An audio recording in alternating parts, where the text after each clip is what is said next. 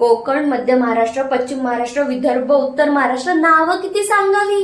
अहो, एवढ्या ठिकाणी एक गाव एक गणपती ही प्रथा सुरू आहे. प्रथा फार सुंदर आहे. याने सगळ्या गावकऱ्यांना समान आनंद साजरा करायला मिळतो. ही प्रथा सुरू झाली 1961 साली अग्रोळी या गावामध्ये.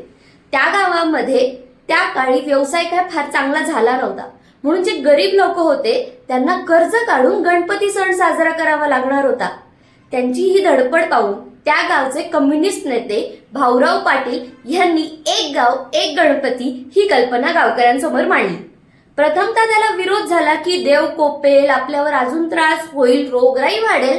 पण हळूहळू त्यांची कल्पना सगळ्यांना पटली आणि त्या वर्षी पहिल्यांदाच त्या गावामध्ये एक गाव एक गणपती ही प्रथा सुरू झाली. तेव्हापासून आज तागायत अग्रोळी गावामध्ये हीच प्रथा सुरू आहे आणि त्याचं अनुकरण आता महाराष्ट्रामध्ये अनेक ठिकाणी केलं जातं.